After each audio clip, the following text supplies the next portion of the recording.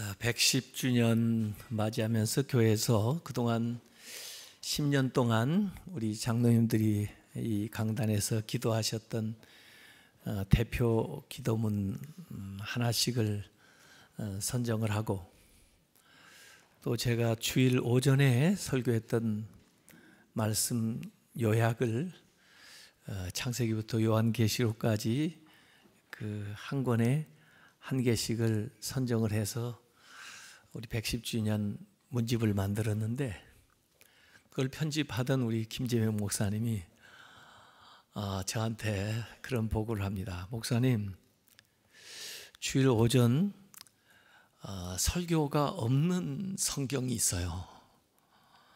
그게 뭐냐고. 저는 그래도 골고루 거의 본문으로 다 삼아서 더구나 10년을 했으니까, 물론 제가 여기에 15년을 설교를 했지만 10년 설교한 것 가운데 어떤 없는 책이 있다는 게 궁금하잖아요. 그래서 어떤 거냐고 했더니, 레위기에서 한 번도 주일 오전 설교에 본문을 사본 적이 없고, 또 하나는 아가서에서 한 번도 한 적이 없다.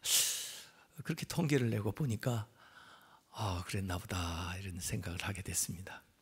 그래서 이번에 우리가 1월부터 히브리서를 쭉 보았는데요, 사실 그 히브리서와 이 레위기하고 연관이 되는 대목이 사실 많이 나옵니다만은, 이 대림절에 특별히 이제 예수님 다시 오실 것을 우리가 대망하면서 우리가 마음의 그릇을 거룩하게 준비해서 맞이하는 것이 필요하다, 그런 생각이 들어져서 이 대림절에 4번에 걸쳐서 이 레위기에서 그동안 제가 하지 못했던 설교를 하려고 계획을 했습니다.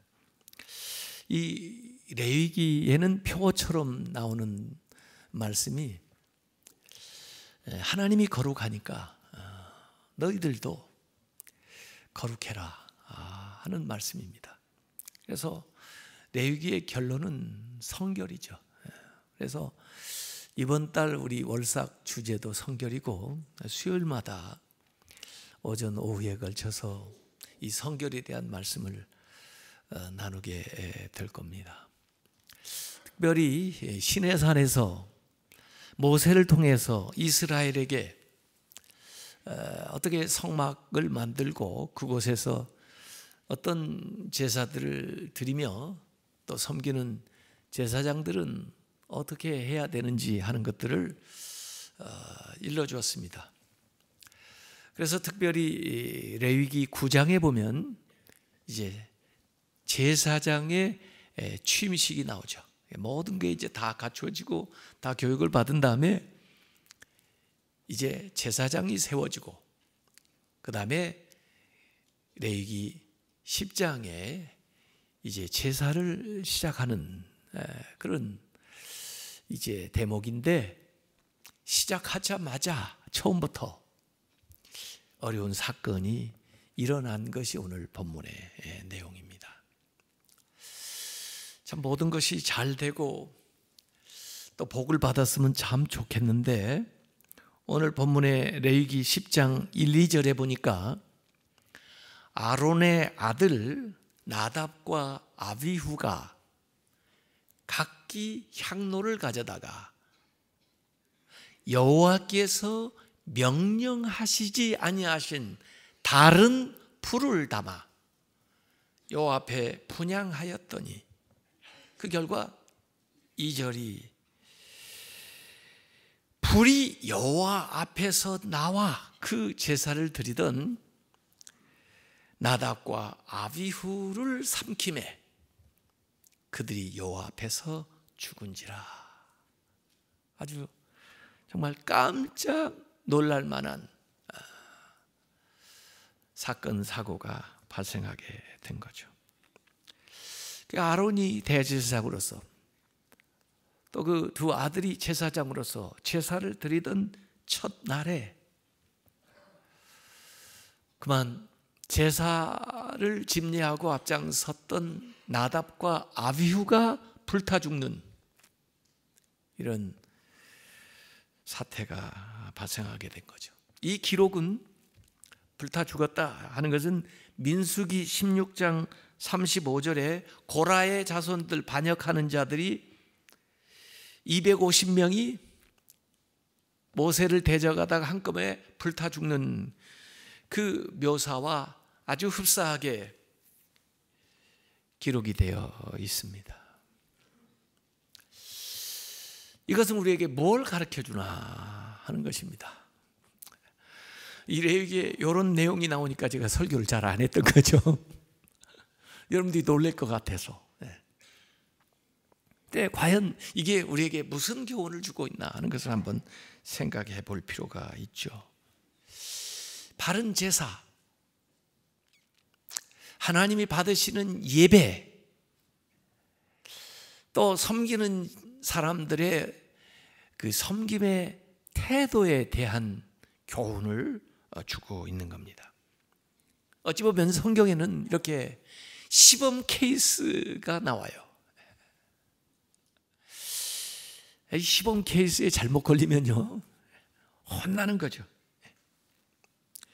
그 가나안에 들어갈 때 첫 번째 전투가 여리고성 함락하는 전투입니다.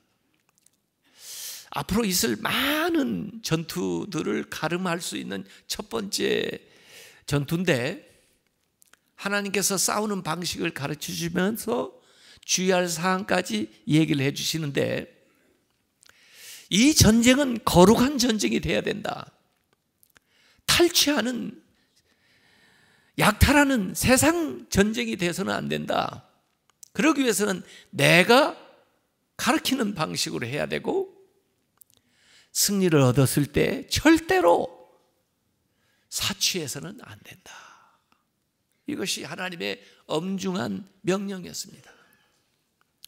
전쟁에서 성공은 했는데, 승리는 했는데, 그 중에 한 사람 아간이 그 물건을 몰래 빼돌려가지고 감춰뒀어요. 그것 때문에 그 여리고 성보다 훨씬 작은 아이성 전투에서 아주 참패를 하게 되고, 결국 하나님의 지시하심을 따라 이 아간을 찾아내 가지고 돌로 쳐 죽이는 아골골짜기. 그래서 이 시범 케이스가 나옵니다. 사도행전 5장에도 보면 초대교회가 시작이 돼가지고 헌신운동이 일어나고 있습니다. 그때 아나니아와 삽비라는 사람이 자기의 재산 중에 일부를 드리면서 전부를 드린다고 그렇게 얘기를 했어요. 다른 사람들에게 명예를 얻기는 원하면서 실질적으로는 그렇게 행동을 하지 않았거든요. 그것도 하나님께서 아시고 베드로를 통해서 시범 케이스, 그 잘못된 위장된 헌신에 대한 분명한 하나님의 징계가 나타나고 있습니다. 여기 처음 제사를 드리는 마당에 어떻게 제사를 드려야 되는가 하는 걸 수차에 걸쳐서 얘기했음에도 불구하고 자기 식대로, 자기가 생각한 대로 세상 사람들이 하는 방법으로 하다가 망한 사람의 얘기가 여기에 나와 있는 것입니다. 사실 이 레위기 10장 앞에 나오는 레위기 8장과 9장을 읽어보시면 마치 후렴처럼 반복적으로 나오는 문장이십니다. 하나님이 명하신 대로 행하였더라, 이게 나오네요. 뭘 만들 때도 뭘 할 때에도 하나님께서 시내산에서 명하신 대로 하였다고 레위기 8장 9절, 13절, 17절, 21절, 29절, 36절, 9장 10절, 21절 이렇게 계속해서 나옵니다. 그런데 오늘 10장 1절에는 여호와께서 명령하시지 아니하신 다른 불로 담아서 분향했다. 계속 순종 나오다가 이 불순종하는 이야기가 나오면서 거기에 대한 엄청난 징계가 나와 있는 거죠. 창세기의 기록을 봐도 하나님이 세상을 만드실 때 말씀하시는데 모든 만물이 그 말씀하신 대로 됩니다. 그때 모든 것이 아름다운 거예요. 하나님이 말씀하신 대로 그대로 되니라 보시기에 아름답더라. 하나님 말씀을 순종하면 아름답게 되는 거죠. 노아의 방주도 그 모든 걸 만들 때마다 거기에 반복적으로 나오는 것이 여호와께서 명령하신 대로 하였다. 노아가 여호와께서 명령하신 대로 하니까 구원을 받는 거죠. 이 아론 대제사장에는 4사람의 아들이 있었습니다. 지금 죽은 나답과 아비후가 첫째, 둘째고 셋째, 넷째가 엘르하사라고 이다말이 있었습니다. 근데 특별히 첫째, 둘째 아들은 모세를 지근거리에서 따라다니면서 모세가 시내산에 올라갈 때 그 아래까지 같이 간 70명의 지도자 가운데 들어있었던 사람입니다. 이런 분들이 하나님의 말씀대로 제대로 행하지 아니할 때 어떤 벌이 임하는가 하는 것을 여기에 시범 케이스로 보여주는 거죠. 오늘 본문을 좀 더 잘 알아듣게 번역을 한다면 저는 이렇게 번역을 할 수 있을 것 같아요. 아론과 두 아들 나답과 아비후는 저마다 제 향로를 가져다가 거기에 불을 닦고 향을 놓았다. 그들은 여호와께서 그들에게 명령하신 것과는 다른 속된 불을 여호와 앞에 피워서 바쳤다. 이렇게 번역하면 더 잘 알 수 있습니다. 왜냐하면 원래 성소에는 분향단이 하나밖에 없어요. 근데 이 각기 제 향로를 가졌다고 하니까 아마 형이 그걸 가지니까 동생이 비슷한 걸 하나 만들었는지, 그렇지 않으면 각각 새로 만들었는지, 자기들 것에다가, 그 다음에 또 불도 번제단에서 취한 불을 가져다가 그 향을 살려야 되는데 그냥 다른 불을 가져다가 드렸다는 거예요. 이 번제단에 처음 제물을 드릴 때 하나님이 불을 내렸습니다.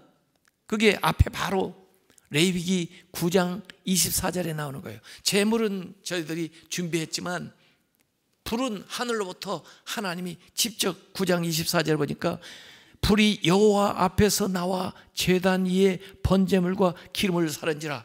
번제단에 불이 내린 거예요. 그래서 제물을 살랐어요.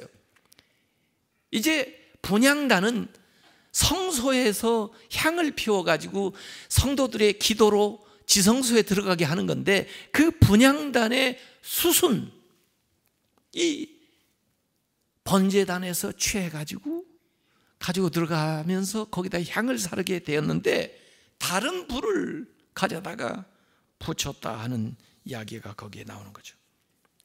이 불에 대한 성경의 기사들을 보면요, 하나님이 위에서 불을 내리는 기사가 12번 성경에 기록되어 있는데 보니까 긍정적으로 묘사되어 있는 것이 사사기 6장 24절, 13장 20절, 역대상 21장 26절, 역대하 7장 2절, 열왕기상 18장 38절이고, 부정적으로 묘사되어 있는 게 오늘 읽었던 레위기 10장 2절, 민수기 11장 1절, 16장 35절, 욥기 1장 16절, 열왕기하 1장 10절과 12절에 나와 있는데, 나중에 모세가 다시 이 사건 이후에 다시 한번 저들에게 알아듣도록 레위기 16장 12절 13절에 이야기를 했습니다.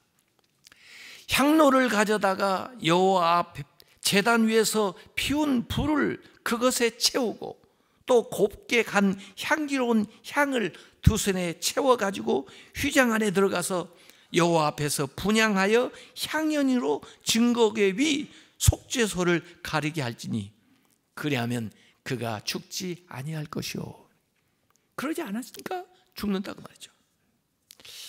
여기 다른 불로 분향하겠다고 그러는데, 이 다른 불을 영어 성경에 보면 어떤 성경에는 strange fire, 이상한 불이라 이렇게 묘사해 놓은 거 있고요. 또 어떤 성경에 보면 unauthorized fire, 불법적인 불, 허락되지 않은 불로 이 향로에다 담아가지고 드렸다 는 거죠. 왜 그랬을까요? 아마 인간 편의주의일 수도 있고, 자기는 그래도 된다고 생각하는 자기 중심주의일 수도 있고, 뭐든지 부리면 되지 않아 하는 형식주의일 수도 있고, 또 교만하기 때문에 그랬는지도 모르죠. 하나님이 내리신 불이 아니라, 사람이 피운 불, 위로부터 내린 불이 아니라 아래에서 피우는 불, 하나님이 내리시는 축복의 불이 아니냐. 그렇기 때문에 결국은 이게 심판의 불이 되었다는 거죠. 이 다른 불을 오늘날에 와서는 어떻게 해석을 할 수 있을까요? 바울은요, 다른 복음으로 이 얘기한 적이 있습니다. 갈라디아서에. 갈라디아서 1장 7절에 보면 다른 복음은 없나니 다만 어떤 사람들이 너희를 교란하여 그리스도의 복음을 변하게 하려 함이라. 오늘날에 또 이단들이 다른 것을 퍼뜨립니다. 그건 다름 아닌 다른 불이죠. 다른 복음. 그리스도만이 복음인데 그리스도 외에 다른 것을 얘기합니다. 종교 다원주의, 혼합주의, 예수 외에도 구원이 있는 것처럼 말하는 사람들이 있습니다. 다른 불이죠. 예수 그리스도의 십자가 외에는 우리를 구원할 것이 없는데도 십자가를 대체할 수 있는 것이 있는 것처럼 말하는 거 다 다른 불이죠. 하나님의 축복이 아니라 하나님의 심판을 부르는 거죠. 고린도전서 4장 6절에 형제들아 내가 너희를 위하여 이 일에 나와 아볼로를 들어서 본을 보였노니 이는 너희로 하여금 기록된 말씀 밖으로 넘어가지 마라 한 것을 우리에게서 배워서 서로 대적하여 교만한 마음을 가지지 말게 하려 함이라. 기록된 말씀 성경 밖으로 넘어가지 말아야 해요. 넘어가면 위태로워진 거예요. 위험에 처하는 거예요. 그래서 이 나답과 아비후에 대한 여러 가지 의견들이 있습니다. 저들이 그 당시에 보던 이방 제사의 풍습을 도입을 하려고 시도했다고 얘기하는 사람도 있고, 대제사장만 지성소에 1년에 한 번씩 들어갈 수가 있는데 이들이 대제사장이 아님에도 불구하고 향로를 가지고 대제사장이 들어가는 지성소에 들어가려고 시도했다는 의견도 있고, 또 아래 나오는 성경 말씀을 들어가지고 저들이 이 거룩한 예식을 행하면서도 술 취한 상태에서 행했기 때문에 이러한 징계를 받았다 하는 의견도 있어요. 어쨌든 성경을 우리가 읽어보면요, 예배, 제사를 안 드려가지고 망한 사람보다는 잘못 드려가지고 망한 사람이 훨씬 더 많아요. 그러면 아예 드리지 말까요? 그런 사람들은 아예 얘기할 것도 없고 말해 뭐 하겠어요. 성경은 드리는 제사가, 예배가 하나님이 받으실 만한 예배가 돼야지 그런 외식적인 형식적인 것이 되어서는 안 된다는 것을 하나님의 자녀들에게 가르쳐주고 있는 거죠. 그래서 같은 모양으로 예배를 드린 것 같지만은 아벨의 제사는 하나님이 받으시고 가인의 제사는 받지 않았다고 기록이 되어 있고, 홈리와 비느하스가 제사장들이지만은 그들이 얼마나 패역한 삶을 살았으면, 또 그들이 얼마나 이스라엘에 못된 짓을 했으면 그들 가닥에 나라에 큰 재앙이 임할 뿐만 아니라 본인들도 법궤를 메고 갔다가 전쟁터에서 죽게 되는. 사무엘하 6장에 보면은 우사 사건이 나오는데 법궤를 메고 가다가도 그 자리에서 직사해서 죽게 되는 이야기들이 성경에 나와 있어요. 그래서 우리가 이 섬기는 일이 아주 영어로 말하면 위스키 비즈니스, 아주 위험한 일이다, 이런 생각을 하게 되는 거죠. 이번에 우리가 히브리서를 통해서 배운 교훈들이 많지만 그 중에 중요한 게 이런 게 있습니다. 원래 하나님께 드려지는 예배는, 하나님이 원하시는 것은 예배자 자신을 제물로 받는 거예요. 예배자와 제물이 분리되질 않습니다. 예배자가 제물이 되어야 되는 거예요. 그래서 예배자가 받아들여져야 그 예배자가 드리는 그의 연장선상에 쓰여 있는 그 예물이 하나님께 받아들여지는 거지, 예배자가 하나님 앞에 연락되지 못하면 그가 얼마나 대단한 걸 드렸느냐에 상관없이 하나님 받지 않습니다. 그래서 원래 예배는, 하나님이 원하시는 것은 예배자가 제물이 되는 것입니다. 그래서 하나님이 아브라함에게 요구하신 것도 이삭이 예배자뿐 아니라 이삭이 제물이 되어야 된다는 거예요. 엄청난 거죠. 어떻게 인간이 그걸 할 수 있겠나 하는데 아브라함이 그걸 해요. 그걸 순종하겠다고 모리아산에 올라간다고요. 그래서 하나님은 이미 그 이삭을 제물로 받으신 거예요. 그리고는 하나님이 은혜를 베푸셔서 그를 대속할 수 있는 숫양을 준비한 거예요. 그것은 하나님이 이삭을 받았다는 표로 주는 거예요. 이것이 예배자와 예물이 분리되는 표예요.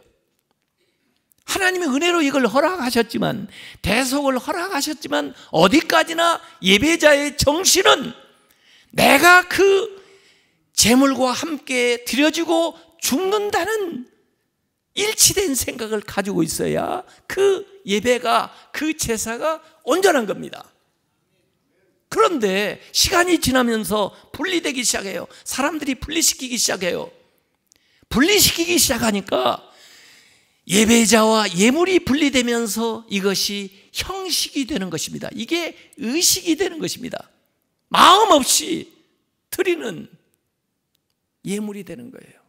자기의 삶이 담겨있지 않은 예물이 되는 거예요. 그렇기 때문에 하나님께서 이걸 개혁할 필요가 있었던 것이고, 그래서 예수 그리스도가 이 세상에 오셨는데, 예수 그리스도는 대제사장, 완벽한 대제사장일 뿐만 아니라 예수 그리스도가 완전한 제물로 십자가에 못 박혀 돌아가신 거예요.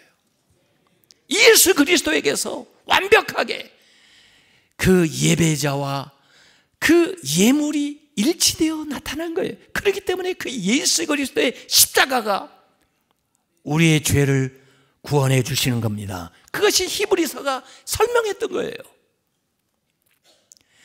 우리가 드리는 이 예배가 형식이 되지 않으려면, 이것이 외식적인 것이 되지 않으려면, 우리가 예수 그리스도의 십자가를 의지하고 나아갈 때 마치 예수 그리스도의 십자가가 나의 십자가인 것처럼, 예수 그리스도와 함께 내가 십자가에 못 박혀 죽은 것처럼 내 자신을 드리는 예배가 될 때 하나님이 부리는 하나님이 받으시는 참된 예배가 되는 것을 믿습니다.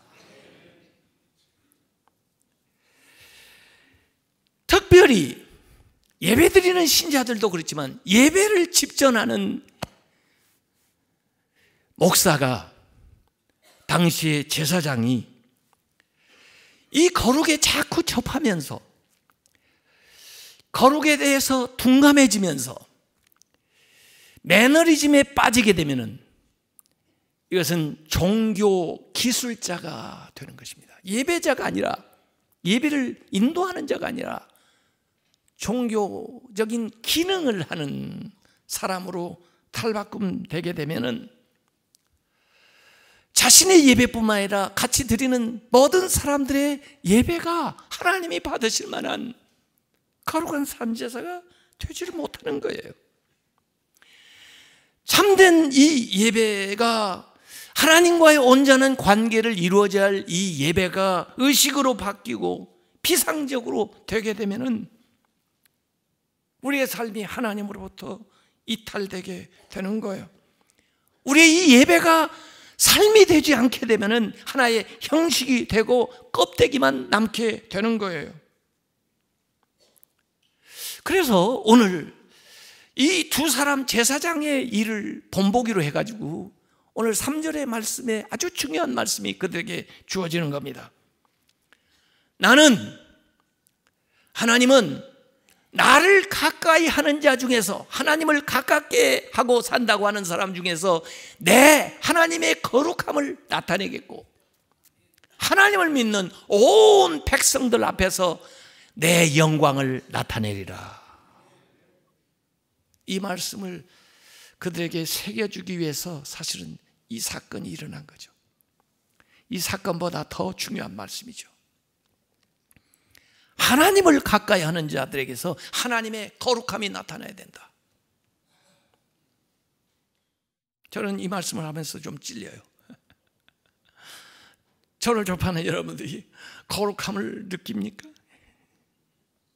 그래야 된다는데, 하나님을 가까이 오니까 하나님의 그 거룩함을 좀 반사해서 반영을 해서 하나님이 거룩하신 분이라 하는 것을 우리 사람을 보고, 하나님의 사람을 보고 알아라 하는 거예요. 그러지 못한 것이 요새 문제입니다. 하나님을 믿는 백성에게서 하나님의 영광이 나타나야 돼. 하나님의 영광을, 우리가 하나님의 영광을 보기를 원하는데 그 하나님의 영광스러움이 어디에서 나타나냐? 그냥 광채처럼 확 나타나는 게 아니라 하나님의 백성들에게서 하나님의 영광이 나타나 버려요. 그걸 하나님이 원하시는 거예요. 우리의 예배가 하나님의 거룩함과 하나님의 영광을 드러내는 예배가 되어야 된다는 것입니다. 더구나 하나님은요, 가까이 있는 자들에게 엄격한 거예요. 자기 측근들에게 엄격한 거예요. 측근을 제대로 다스리지 못하면요, 이제 나중에 그 지도자의 위험이 쓰지를 않습니다. 아주 주변에 있는 사람도 제대로 다루지 못하고 주변의 사람들이 이렇게 비리를 저지르는데 뭐 대통령이 뭐 대단하냐, 이렇게 얘기가 나오게 되는 거죠. 하나님을 갖게 하는 자들에게 그만한 책임을 묻는 거예요. 누가복음 12장 47절 48절에도 보면 주인의 뜻을 알고도 준비하지 아니하고 뜻대로 행하지 아니하는 종, 하나님 가까이 모시는 종이죠. 많이 맞을 것이요, 알지 못하고 맞을 일을 행한 종은 적게 맞으리라. 제대로 모르는 사람들이요. 물론 많이 받은 자에게는 많이 요구할 거예요, 많이 맡은 자에게는 많이 달라 할 것이니라. 세상에서도 노블레스 오블리주, 특권층은 그만한 책임이 많다, 어려울 때 솔선수범해야 된다, 뭐 그런 얘기가 나오는데, 교회 안에서 지도자들이 더 영적인 민감한 센서를 가지고 거룩한 삶을 살아가도록 노력해야 된다는 거예요. 홈리와 비느하스가 처음부터는 그랬을 것 같지 않아요. 그러나 그들이 항상 날마다 그 같은 제사를 드리면서 익숙해지니까 더 이상 마음 없는 형식적인, 의식적인, 기능적인 역할만 계속 반복하는 거예요. 그러다 보니까 영영 예배자의 삶에서 떠나버린 그런 인생이 되어버린 겁니다. 한번 생각을 해보세요. 장로님들, 여기 올라오셔서 첫 번째 대피기도 하실 때 마음이 어떠셨어요? 한번 생각해 보세요. 목사님들, 여기 올라와서 처음 설교할 때 그 마음이 어떠셨냐고요? 지금도 그 마음을 가지고 계세요? 하나님 앞에 두렵고 떨림으로 감당했던 그 정신이 계속 그 거룩에 노출되고 반복되면서 사그라드는 거예요. 당연시 여기고 자신은 그런 권리가 있다고 생각하고 자기에게 주어진 그 지위를 섬김이 아니라 특권으로 여기면서부터 한국 교회가 이런 나락으로 떨어지게 된 것입니다. 하나님을 가까이 섬기는 사람들에게서 거룩함이, 하나님의 거룩함이 드러나야 되고, 하나님을 믿는 기독교인들에게서 하나님의 영광이 드러나야 할 터인데, 그것을 못하는 것이 오늘 한국교회의 현실입니다. 그래서 베드로전서 4장 17절에도 하나님의 집에서 심판을 시작할 때가 되었나니, 심판이 밖에서부터 시작되는 게 아니고 하나님의 집에서부터, 만일 우리에게 먼저 하면 하나님의 복음을 순종하지 아니하는 그 마지막은 어떠하겠냐 그래요. 야고보서 3장 1절에도 내 형제들아 너희는 선생된 우리가 더 큰 심판을 받을 줄 알고 선생이 많이 되지 말라. 제가 신학대학교 교수할 때요, 저는 면접하면 꼭 학생들을 그랬습니다. 왜 왔어? 다른 거 하지. 진짜 하나님이 가라고 했어? 뭐라고 하시더냐 물어봐요. 대답을 못해요. 뭐 때문에 와? 다시 한번 생각해보지. 아마 저한테 면접한 친구들은 집에 가서 좀 헷갈렸을 거예요. 환영한다고 할 줄 알았더니, 어서 오라고 그럴 줄 알았더니, 아니 그 이상한 교수가 하나 있어가지고 왜 왔어? 뭘 들었어?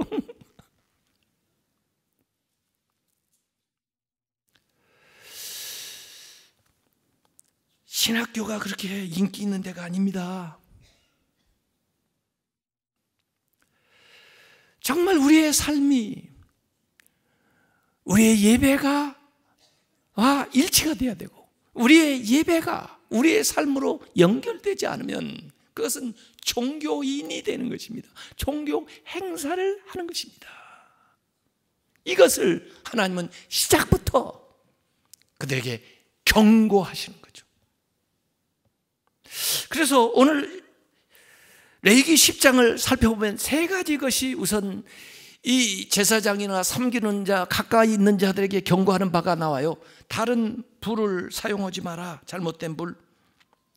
그 다음에 두 번째 나오는 게 레위기 10장 9절인데 독주를 마시지 마라.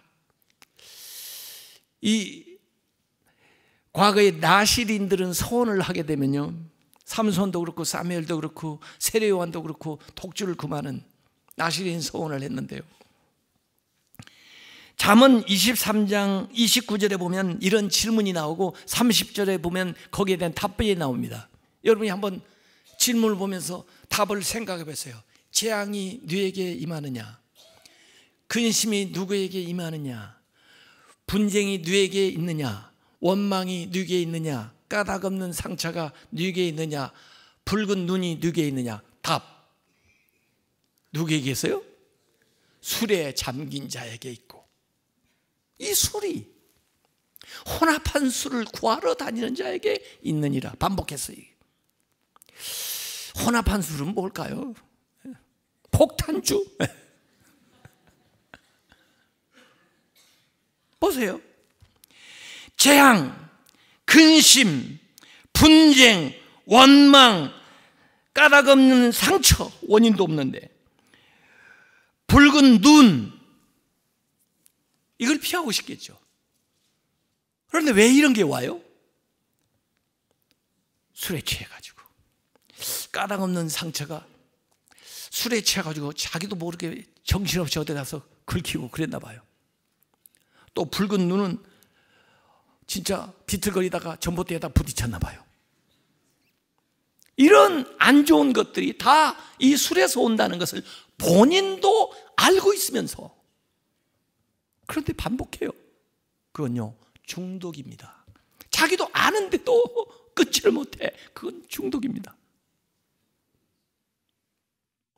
더구나 하나님을 가까이 하는 자, 이 제사장이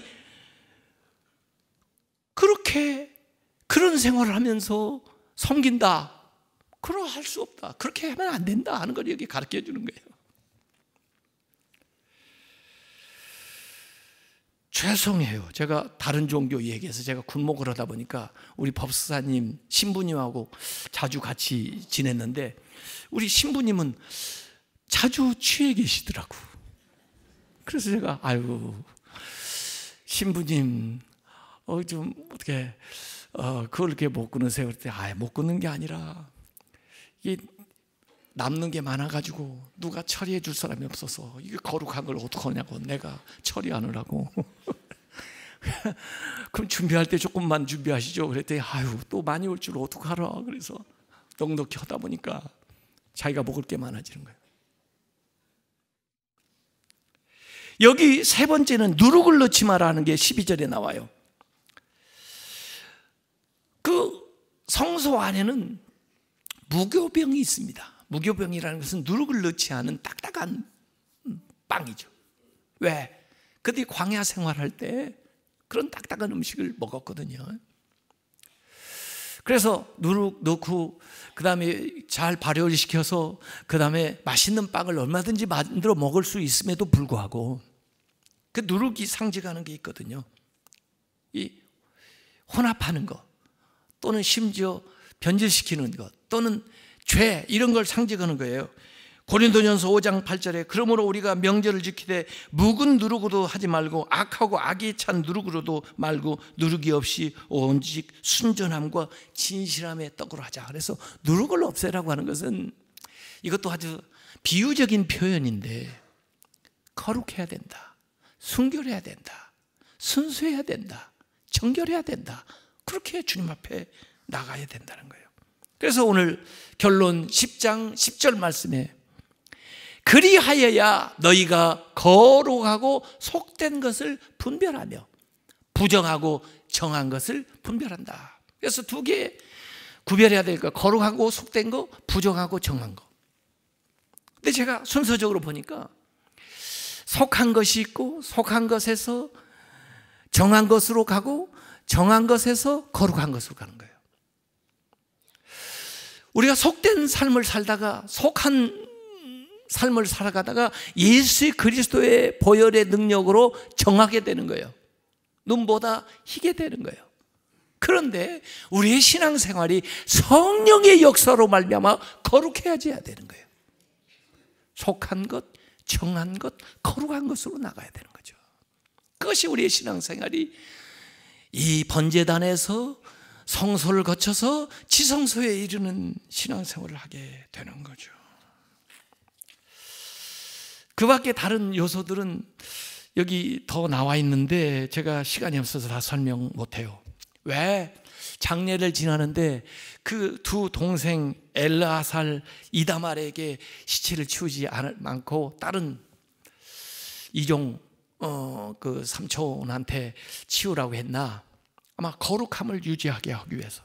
다른 사람들은 다 이 일에 대해서 슬퍼하게 하면서도 왜 진작 이 아론이나 두 아들은 슬퍼하지 마라, 옷 찢지 마라, 이 죽음의 뜻을 분명히 그들에게 알려주기 위해서, 그 하나님의 의미를 그들에게 전달하기 위해서 하는 것들이고, 나중에 나오는 기사들도 거기에 부수적인 이야기도 있어요. 오늘 제가 하고 싶은 얘기는 그겁니다. 하나님을 가까이서 모시기를 원하는 여러분들이 하나님을 가까이 하면서 거룩한 삶을 드러내시길 바랍니다. 하나님의 자녀라고 부름받은 우리의 삶을 통해서, 우리의 자녀들을 통해서 하나님의 영광이 나타나길 바랍니다. 그것이 우리가 드려야 될 참된 예배고, 참된 제사고, 참된 성김이다. 그것이 없이는 형식이다. 그것이 없이는 외식이다. 그것이 없이는 하나님이 받으실 만한 예배가 아니다. 이것을 꼭 기억하시기 바랍니다.